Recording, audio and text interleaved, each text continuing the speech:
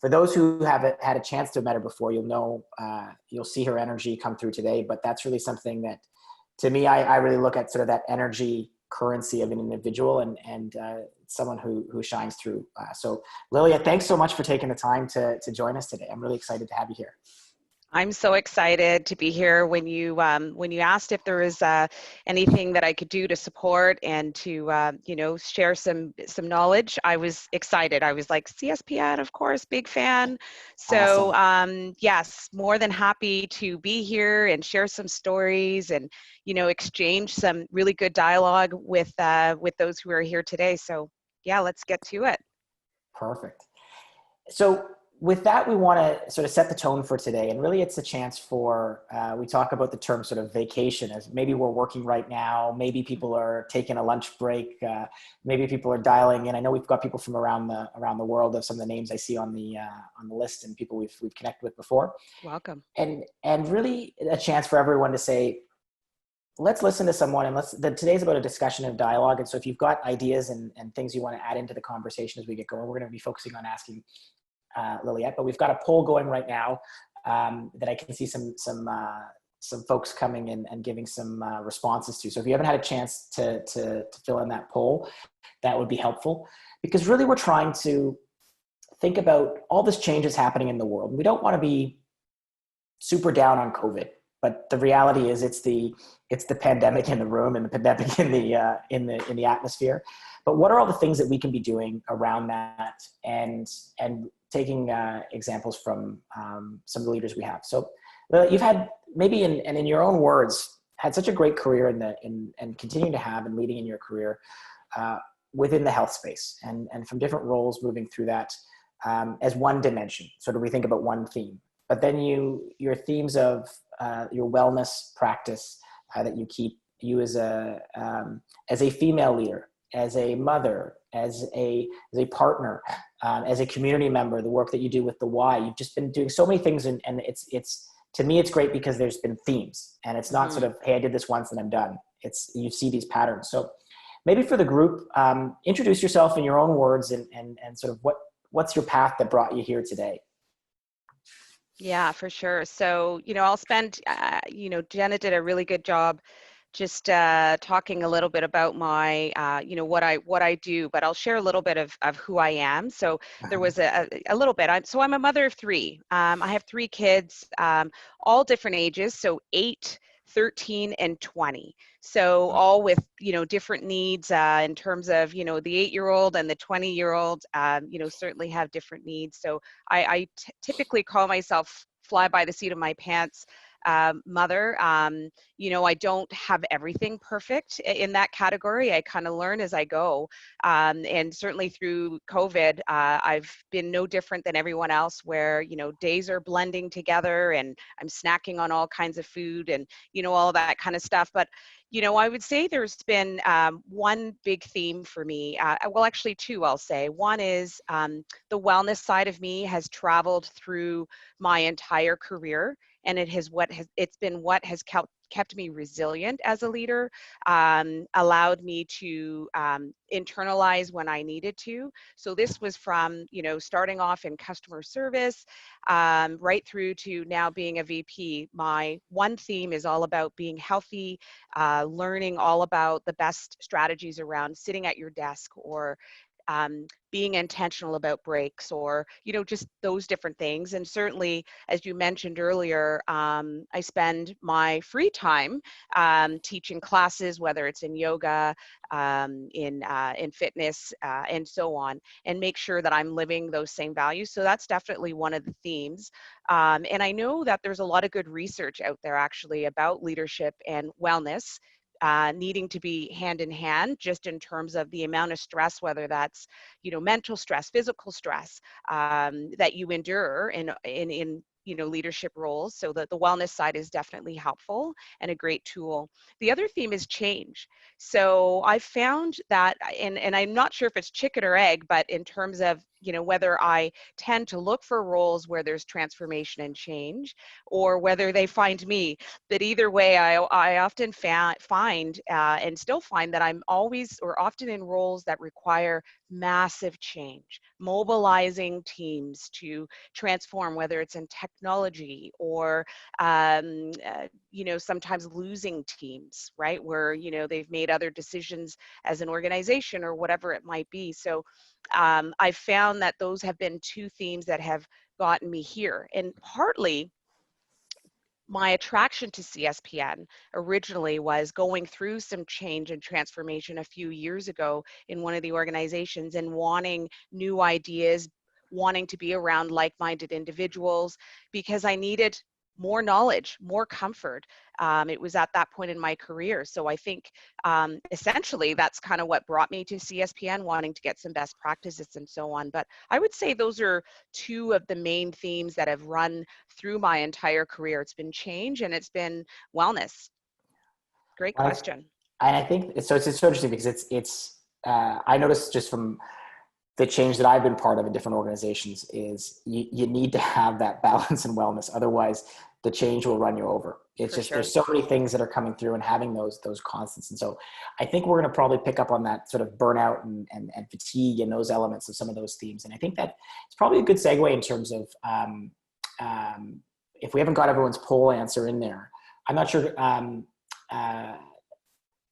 Jen, if we can post that poll or Lilia, can you see the answers from your I side? can see. So yeah, do you feel as though you are experiencing virtual fatigue?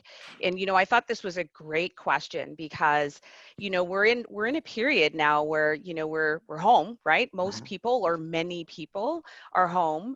And, everything's had to move to an online platform. I'm teaching classes online. And I did late last night, I did the annual general meeting. It was supposed to be 1 hour. It ended up being 2 for no other reason than we anticipated 50 and 200 showed up, right? 260. So there were a lot more questions coming in. People can participate. It's more convenient than its original format, which was at our annual conference. So, I find lots of things are moving online and as they should. So, the question's quite timely. Are we feeling some fatigue? Are we seeing too many virtual meetings or virtual things taking place? So the poll here, 23% said yes, too many virtual meetings.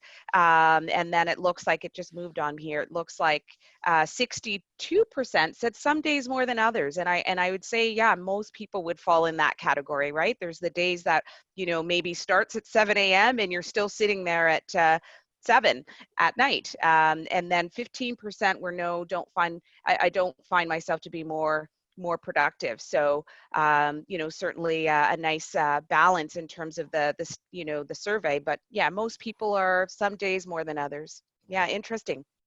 And it's funny because I think this would go hand in hand with some of the sentiment I'd say with our team as well and our clients, where sometimes we're on calls all the time and it goes up and down. I think that sort of flow, and I think but it is a new normal, and I think that fatigue tying into the change is just the ability to manage that change is just super important for folks. So maybe I want to jump all the way to the present and even go back like 6 weeks, maybe to 12 weeks. I'm not sure how long, maybe 9 weeks you mentioned, I think.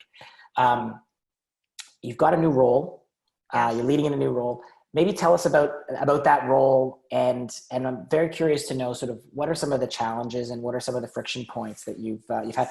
Obviously, it's all good, and the new team is amazing, and everything's great and super rosy. But I'm sure that there's been some bumps here and there, so would love to know a little bit more about that role and that transition. Yeah, so you teed it up nicely, except you said everything's rosy and everything's great. I don't know, but I would say, first off, just to kind of give some context, everyone, I transitioned into this new role, 9 weeks ago. So it was literally March 30th. So, I think everyone was sort of homebound around 1 or 2 weeks before that, right? Middle of March sometime. So if you can think about the dynamic, that the organization was pretty bold in continuing to bring me in because in many cases, people were being furloughed, right? So, or even, let go altogether, right? Just in terms of depending on what the positioning of the organization was at the time.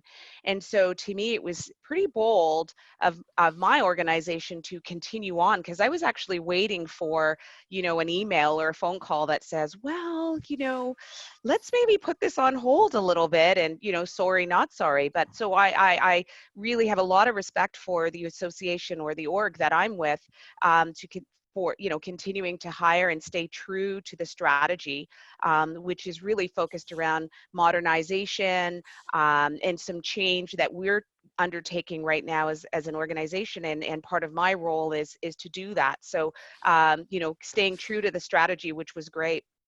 I would say interesting times for me, because I literally have not met my team in person.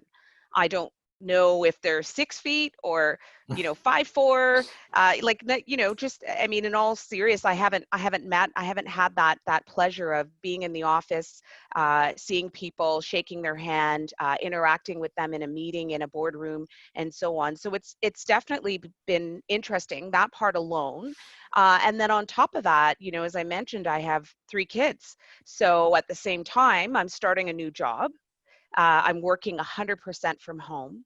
I haven't met my team.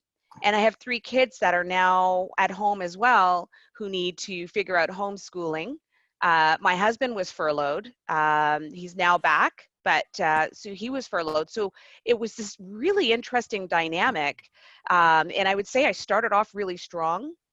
And then I hit a wall, I would say about 2 to 3 weeks in the role, that I didn't necessarily share with anybody, just because, it's like you're going a little bit on adrenaline at the beginning, and then the true realities kind of kick in a little bit. And then you have to make some course correction and real intentional decisions. And I think, we'll probably share some of those as we move on, some of the things that I've had to do. But, through all of that, the scramble and sort of the reset, I would say that's nothing new. But I definitely needed to do some real reflection, come up with some really good strategies on managing myself as well as managing others, which I think is kind of the theme of today, in order to get through. One of the positives, I would say, through this whole experience, and many can probably relate to if you are working from home, the benefit of not commuting. I think some people may or may not miss that. I know there's a lot of people who are missing the social aspect of being in an office and seeing colleagues and so on, and I completely get that. One of the gains for me was the no commuting, and and what that brought to my life. So I live in Barrie, and I often work in Toronto. So my drives are usually more than an hour, sometimes up to 2, depending on what's going on. And so I would find my let's call it my old self, right, would get up 5 a.m., which now COVID time is like 7, right? Because everything's like 2 hours different now. And, make the long drive into Toronto, work out at the gym that I had in the office, be at my desk, whatever time, 7:30, work all day, right? Hop in my car, and I'm really thinking about emails coming through on my commute. What do I have to do when I get home? Kids have activities, jump in the door, maybe eat, drive the kids somewhere, come home, put them to bed, and then respond to the emails that I missed on my commute home. And so I never really disconnected, in truth, in that model.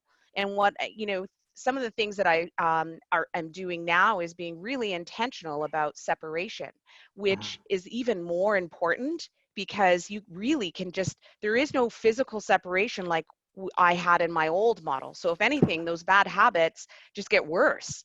And so it really had me internalize and say, what do I need to do and put in place to be able to manage a physical separation of some kind from my work and my home life, because I'm here. So I'm actually super proud of myself, because I have routines in the morning and in the evening, and I shut everything down. So, and I can share some of those hacks a little bit later. But yeah, so that's kind of me starting a new job during COVID-19. That's great. And I think, yeah, we definitely want to hear a little bit more about the some of those hacks and those things, because I think that's super helpful. And I always think about it as, when we've been looking at this transition and seeing it with working with different clients, as well as there's been a forced subtraction in terms of we're removing a commute or removing in-person interaction. And so we need an addition strategy of how do we add something back in? And in some cases, it's counterintuitive to your point of you need to add in break times or Sure. pause times or those things for that mental wellness, which I think is really important. I want to jump into a little bit about the idea that you've not met people face to face and you've had to get to know people that you report into, people that report into you, people that you work with as colleagues. Yes. How have you done that to get to know the culture of an organization, which to me, a culture is always those conversations in between meetings. Yeah. And so how did you do that as you welcomed yourself to the team? Yeah, that's great. The stuff in between, that's perfect. So I would say I always pull on this tool called SCARF. So each letter, SCA. I'm like thinking, how do you spell SCARF again? SCARF. So these are the social needs that we have. Okay, and so S is status. So I think we all kind of have a good understanding of status. Certainty is essentially, oh, I see the screen's changing here, is how we feel, our ability to know, and I actually wrote it down here, and predict the future. Autonomy is, sense of control over events. Yeah. Relatedness is a sense of belonging and safety with others, so kind of the group dynamics. And fairness, so a fair exchange between people. And so this is one of my change management tools, and to help me sort of understand dynamics. So one thing I just want to cue up, that our social needs, they're either rewarded or they are under a little bit of a threat. And those social pains, we'll call them, the brain perceives them exactly the same as physical pain. So we all know what that feels like, and what triggers usually our cortisol. It's a stress response. We go into fight or flight, like all those things. So the most important, usually out of the SCARF, is the C, the certainty. Mm-hmm. So when things are uncertain for people, it can be enough to be a bit stressful. And I think we can all apply that in our lives, right? Yeah. So let's put pandemic aside, right? Let's put it in a little box for a minute, and let's just think about a new leader coming into an organization. Already that's change. People already experience that as change, period. Mm-hmm. So, and it's typically any one of those SCARF letters, right? Status could be in play depending on, perhaps you were in a role as the acting, and now the new leader has come in and you're no longer in that role. Or you're thinking, well, so is my title changing? What's going on?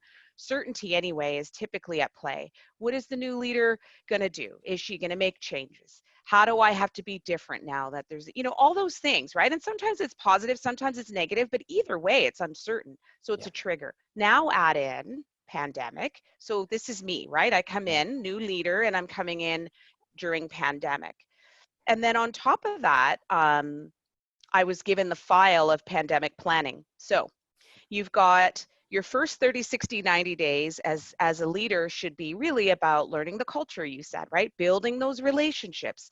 Who stands at the cooler and talks to who's? Like, what are the little groups in the team? Who works out on their lunchtime or likes to read a book quietly in the quiet room on their break, right? Those are all important pieces of information during your onboarding, right? To kind of understand that. And so I've got like 0, right? So for me, I think it was important to find a trusted advisor virtually to be able to help me kind of fill in some of those gaps, to build some of that trust, which you then need for that, the concept of psychological safety. I think we all kind of have been exposed to that through the Google big study called Aristotle. And if you haven't looked that up, it's super cool, the findings there. But psychological safety being hugely important, and starting with trust. So I found a trusted advisor that I was, just asked, fill me in on some of the details. Mm-hmm. Who does what? Who has relationships with who? And I needed some of those dynamics. I also wanted, even though, you know, in your first 30, 60, 90 days, you're usually not making big changes, right? But I had to come out with a pandemic plan and support the organization there, which I was happy to do because in the end, we did a survey and we responded to what our team members wanted, which was to kind of be home and to stay home, right? So we made a unilateral decision to keep people home until fall, till September sometime. So Yeah. that was a nice way to kind of come out of the gates with a quick win, Mhm. build some trust right away. I had a trusted advisor, and a story I want to share about the importance of culture. Actually, two stories. Um, we've got all these online tools, right? We've got MS Teams, we have Skype, and I sent a quick Skype over to one of my direct reports. It was green, so I thought she was available. I sent it through. I didn't get a response. It was around 5 after 12. And then I went on to whatever I was doing. And about 12:30 or so, she responds and she's horrified. She's like, "Oh my gosh, I'm so sorry I didn't respond to you. I'll answer right away. I usually go for a walk Mhm. from 12 to 12:30 every day." Mhm. That's the culture, those little things that matter that, Mhm. we need to understand, because Totally. I could care less whether she responded right away. Yeah. But she had this sort of unintentional expectation that I had not said intentionally, right? Mhm. It was unintentional that she didn't respond to her boss. Mhm. And so, I think sometimes those are the elements you miss. I would have known that if I was in an office. Mhm. And then another story of, unintentional expectation, but in this case was a direct ask. One of my other directors that reports in, I had openly asked the question, what's your style in terms of, how do you work your day? What's it like? And she told me straight off, I usually don't get started until 9:30. So note to self, right? I'm a 5 a.m. So I'm not sending emails at 6:30 in the morning, because that's going to trigger her to be, well, am I supposed to respond or not respond? Or maybe she's still sleeping. So I think, to your point, getting those, how people work and the Mhm. culture dynamics and who does what at lunch, and you don't really get those things when you're working from home and have never met the team. But I definitely think it's important to ask and to make those mental notes, because those are the things that kind of bring the team together, create that psychological safety and trust, and being flexible as a leader in that respect is super important. But yeah. I think that's great. And I think that just I'm thinking, I'm breaking it apart in terms of different elements of what you just mentioned. And it's like the Right. idea of saying having that mentorship moving in, I think makes a ton of sense as a new role. And I think you can go up and down on mentorship, right? You can go to Absolutely. your boss saying, "Hey, am I going the right direction?" And you can have a junior person that's saying, "Hey, is this landing well in some of the stuff that we're doing? And is it too much or too not enough?" And then I think also just those norms too, in the sense of being able to say, what is the norm? But also not being shy about saying, well, the old norm wasn't actually that great either. So I'm not going to just conform to it. I'm going to try and disrupt it a little bit as well. So I think that makes a lot of sense. I want to jump a little bit into from the personal journey into that to, we're now in these times of up and down and movement all over the place. How do you think, and jumping right into the customer perspective, and how do you think this has impacted, and I'm going to use the general sense, and feel free to take it which direction you like, the customer experience and how we can support it. You've been in part all sorts of different kind of organizations, from B2C through to B2B, through to B to internal members as customers. Like, what do you think? What do you see that's happening that's most significant right now? And are there any things that you're thinking about as to adapt?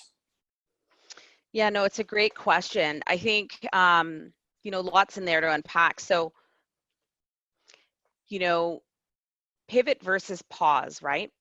Um, some organizations decided to pause, right? So you hear a lot of, well, COVID hit, right? I've heard that many times. And I think in many cases, sometimes it makes complete sense.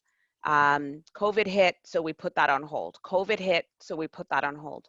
And then you have organizations who've decided to pivot, Mhm. maybe pause briefly and pivot. So when you look at um, the auto industry, right, for example, um, you know, traditionally, I mean, you could buy cars online. There are some, but, you know, traditionally you look online, of course, then you end up at a dealership potentially and you test drive it and all that. And you saw a lot of the auto industry now kind of doing the, you know, we'll bring the car to you. And you do have some that are like that already, but now GM and Ford, who traditionally didn't have their model that way, had pivoted to doing that. And I think being very empathetic to the times as well by, you know, realizing there's some financial hardships. So, you know, maybe we'll make payment flexible, 6 months, you know, not typical. Usually it's the first month, maybe first 2 months, but to offer 6 months. So lots of those things happening. I Yeah. think we're seeing, you know, the big box and the Zooms and so on kind of doing really well through this time as they've kind of thought about what they need to do. One of the things, you know, I heard Simon Sinek the other day sort of talking about if we think things are going to go back to the way they were before, then we're going to end up being like Blockbuster, because they won't. Some things will, and then many things are going to shift as a result. And so asking the questions of, you know, what do our customers need today and what will they need, do you think, sort of 12, 18 months from now? So it was kind of interesting. You know, I went to the bank, right? So I had to do I usually don't go to the bank, but I had to go because I had a draft that I wanted to deposit, so on. So now there's an online check-in, which traditionally wasn't sort of the banking model. And I know they've kind of just thrown it together for the pandemic, but I think now it's like, okay, well, what does the new online banking experience need to look like? What's that journey for the customer today? What do we think that will look like in the future? What do the parking lots need to look like, right? Because people are waiting in their car because it's raining or it's 30 degrees and it's too hot. So really thinking through that, you know, the needs of the customer, that would be sort of the banking experience. My industry, for example, you know, with membership based as being part of my organization, conference and events in person were a big deal.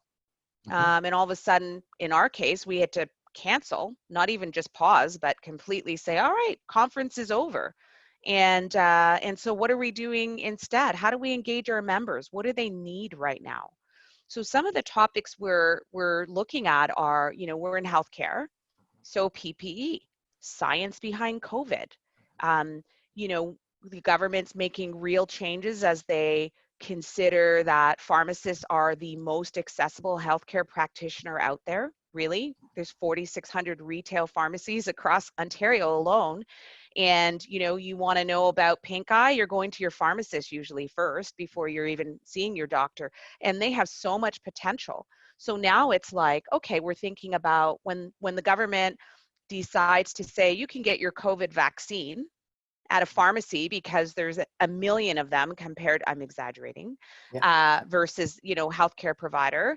That might be, what do we need to do as an organization to make sure that we're training the profession and preparing them for COVID injections, right? Vaccine injections, or maybe even as we want to increase access, right? So right now there's this talk around not doing enough tests.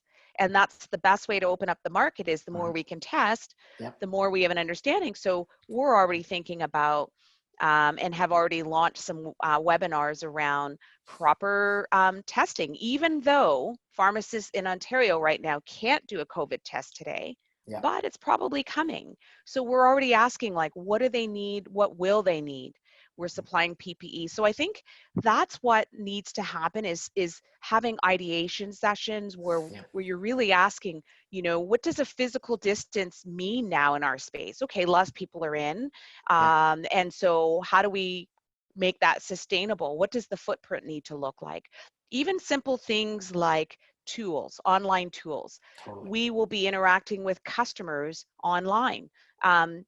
Do we make the assumption that all customers understand how to interact with these tools if you're doing ideation sessions or demos? Those kind of things. I mean, those are just some of the table stakes in terms of just executing a meeting with a client, those kind of things. So, you know, to me, it's really about asking the questions, anticipating things are shifting, and how do you design the experience you want in that new space? What do customers want? Safety, uh, and so on, right?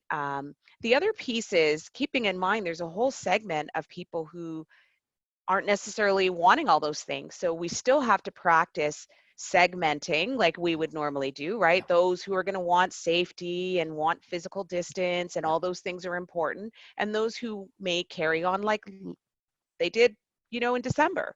Yep. So some of those practices will still continue. Those tools that we've all learned in customer experience will still continue, but it's really shifting to think about the needs 12 and 15 months from now. Totally. Yeah. I really like the way you framed that up of that a pivot or pause. And it reminded me of when you're looking at in an organization, what are the pivotal roles versus the proficient roles? And the idea of the airline industry as an example was that proficient roles are actually the pilots. It's a fairly automated way to do it. Whereas the pivotal roles are the flight attendants who are directly impacting a traveler's experience. And this idea of pivot and pause as an organization saying, how are we saying, look, we're going to wait, and how are we going to actually take that pivot? And I think you sparked this thinking to me as you think about pharmacists and you're in a huge part of your world, is that retail experience, when you break it down, is meant to be an interruption based on demand. You don't book an appointment with a pharmacist, you just walk in. You don't today, but today, exactly. But soon you might be able to, right? And it's changing that approach, but be able to say, this is an area where you go in for a quick question and ask that thing about pink eye or this and that, or what about this? And it's a great first level. If your arm is broken, you're probably not going to go into, I hope you don't go into a pharmacist and ask, can you help do it? But the idea of being able for organizations to recognize what could be happening and how else could I be supporting them. And I think that's important for the folks who are listening in on the call. Yeah, no, I think, and you're spot on, right? That virtual experience is something that we see in the MD model or the doctor model, and we're already looking at apps and different things to interact, just like here, right? Because if I have my little daughter on my lap right now and she's got a pink eye, and that's pretty straightforward, and that's some of the actually shifting as well, is pharmacists being able to prescribe for common and minor ailments like a pink eye, not just the OTC kind of ointment, but so we're trying to think about what are the needs of the pharmacist when they are able to, you have a bladder infection and now they can actually prescribe, write you a prescription and then turn around on the shelf and fill it at the same time is quite interesting. And so we're already thinking ahead of what we need to do to prepare from a service perspective. You're bang on, David. Yeah.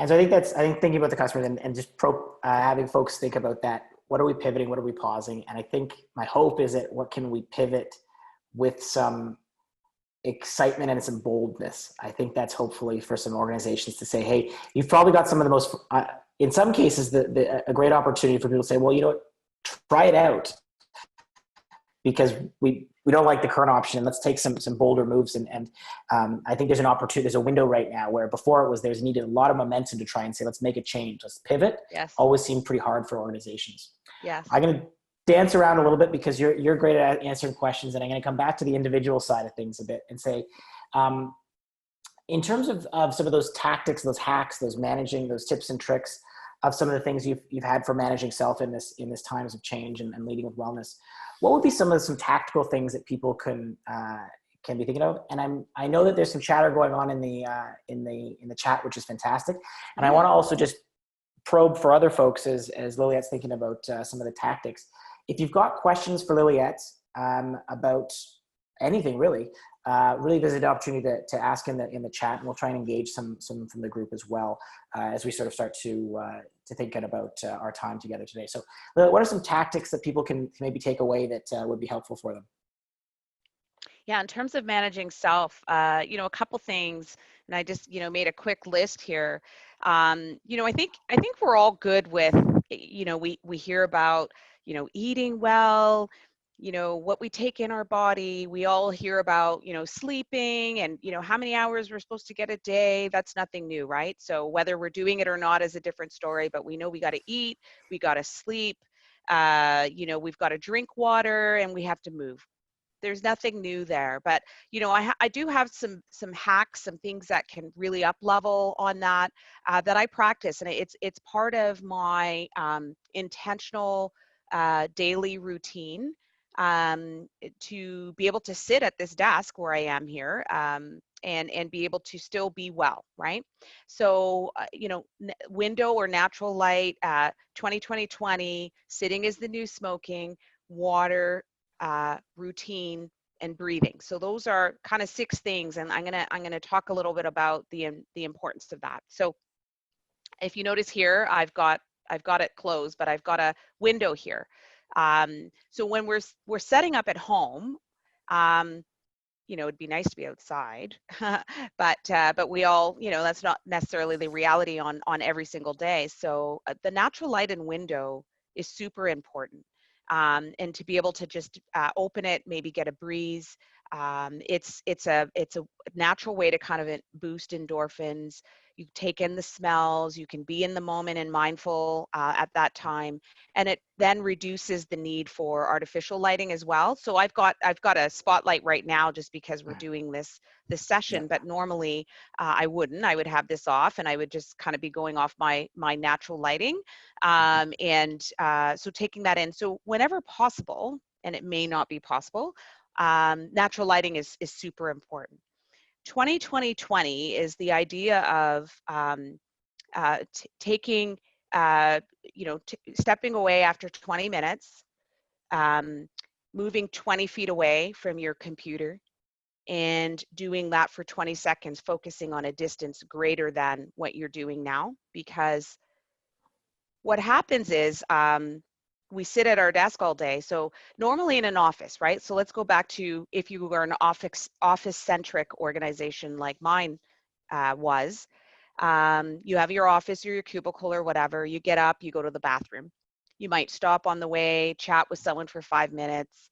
Sometimes the 5 minutes turns into 30, and then, you know, you make your way back to your desk. So now we're in that space where we're virtual. We have meetings all day. We're doing our work, spreadsheets, different things. You have quick 5-minute discussions sometimes that turn into 30 minutes. And before you know it, you're like, man, it's 5 o'clock, right? I haven't left my computer, maybe went to the bathroom, that kind of stuff, right? So 20-20-20 is being intentional about every 20 minutes, you step away for at least 20 seconds and take your eyes at a distance of 20 feet, so that you cannot, you get a strain when you're restricting your view to only always the distance between yourself and the computer. Yeah. And it actually over time sort of weakens, you know, your vision and your sight and your span. So it's really important to do that. The other thing that you naturally gain, which I had sort of talked about when I said, you know, sitting is the new smoking, there's some really good research out there that talks about sitting at your desk being just as much of a risk factor as smoking is, proven. So, and even when, sadly, I even learned as I further studied in this area that even if I work out in the morning, which I do, and if I sit for 4 hours or more, I've basically erased my morning workout.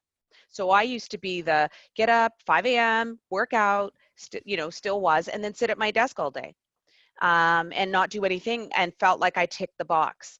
But the new study actually shows that sitting for prolonged period of time is not good, so that you should be constantly moving and just taking, sometimes it could just be a couple of stretches, getting up, grabbing some water, and, you know, just doing a few squats or something, right? Just to kind of get things moving and then coming back. So you're getting a twofer there, right? You're kind of moving, sitting is the new smoking wise, and then also working on your vision.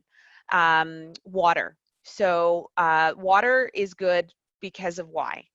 We know we need to hydrate, but it also helps force you to have to get up, because if you're drinking and you keep it, so even though I trick people, whether this is coffee, vodka, wine, or water, but there's always something in here, and I'm always making sure that I'm hydrating, because it does force me to have to get up I've got my Yeti brand too. This is like, we There should you have a little go. commercial here for them. Yes, yes.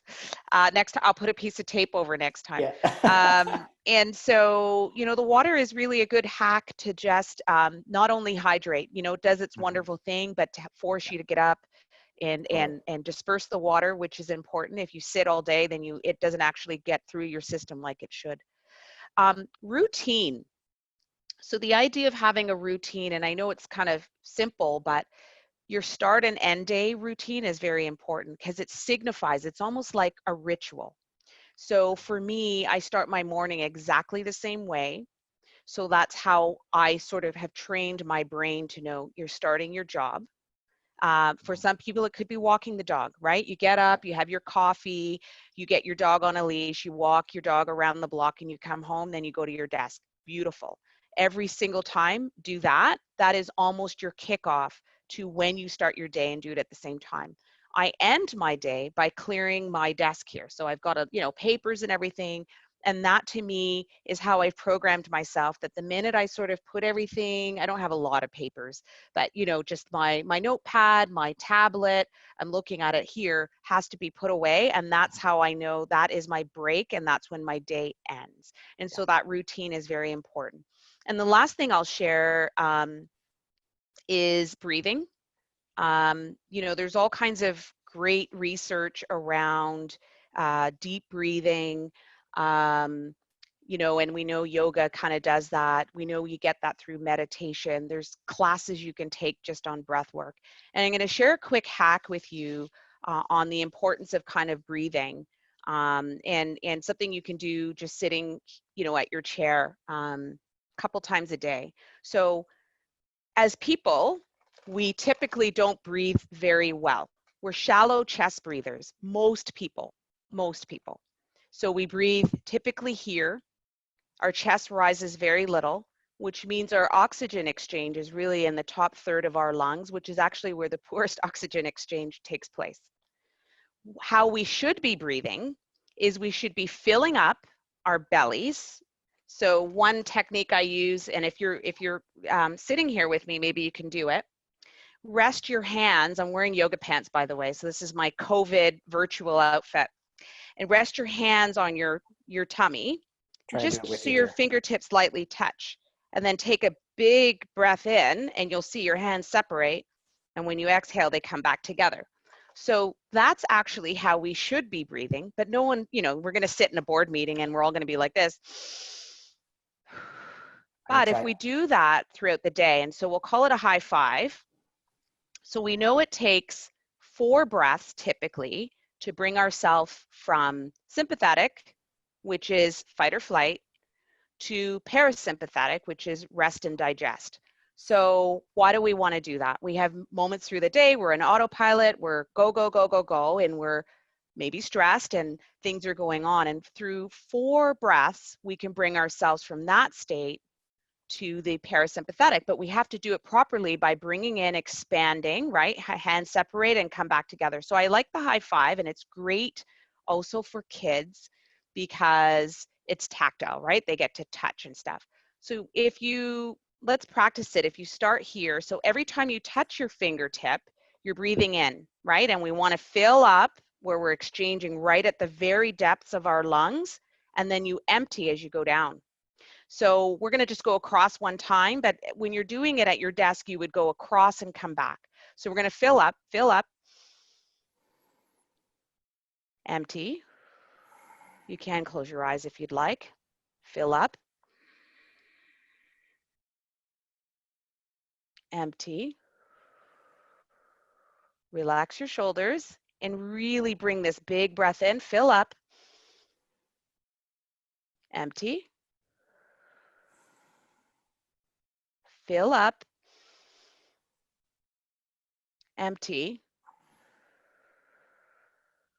Last one, fill up, empty. So we were kind of just doing, it didn't take long, right? I actually already feel like, all right, guys, meeting's over. See you later. Interview's over. Like it can be very calming. And I'm speaking and instructing. But if you actually tune out do a high five, do it a couple times during the day. Be intentional about bringing that oxygen deep into your lungs. Shift yourself from sympathetic to parasympathetic just for a moment. Chill, zen out, and come back. I'm a yoga instructor as well, so it's, part and parcel of who I am, but it can be really, really beneficial throughout your day. So just a quick hack there. Do a high five, do it a couple times a day, maybe once in the morning. Be intentional about doing it once in the afternoon. And I'll just say physically as well, when you don't use the deepest parts of your lungs like that, they kind of just shrivel up and don't get used, right? All those really cool air sacs, unless you're working out and running. So you want to fill them up and empty them. All right. Absolutely. It's funny. I was doing this, and I'm thinking about the interview and the different things. I'm like, it does work. Just those 5 little. Take a minute. Yeah. Because It's you got to fantastic. focus on each finger, right? Yeah. Amazing. I know we've had some back and forth with some questions, and people are answering it. So I think that's great from that perspective in the chat. Just want to give people a last opportunity if there is any chats before we wrap up, or any questions for Liliette. Um, um, and I'm just sort of keeping an eye. We sort of had a little bit of time from there. Liliette, I think as we're just from Vanessa, I love the way you're always just a great communicator, but in particularly some of the themes around asking for those mentors and the advice, looking from the pivot or pause, the take 5, the SCARF model. These are all things that people can take with them, and I think people make their own recipe. I think your point is find the right routine that works, and listen to yourself and to go from there. So I think just a ton to take away, which we appreciate. I think this has been a great vacation for me in my week as we get into Fridays. I'm not seeing too many questions coming in, so that's okay. And so maybe what we can do then is just use this as a natural sort of high five end to the session. And we've got a quick poll that we're sending around that Jenna's just going to put out there. We'd love a little bit of feedback, because in the world of where we are, feedback makes a big difference in how we're doing. So we'd love some feedback from some folks as we wrap up. We'll be on for another few more minutes if there are any questions, but for those who have to get on to their Friday, finish up their week, take their pause, I just want to say, Lily, thank you so much for joining us today. I really appreciate it. I had a blast. Thanks for having me. Anytime, I'm always here to support and share. And, this felt really good. And I ending on the breathing, it was kind of now I feel like I'm going to go have a nap, but yeah, no, thanks. Good time. Very good. Awesome. Well, again, appreciate it, everyone. And we'll see you guys soon. Bye, guys.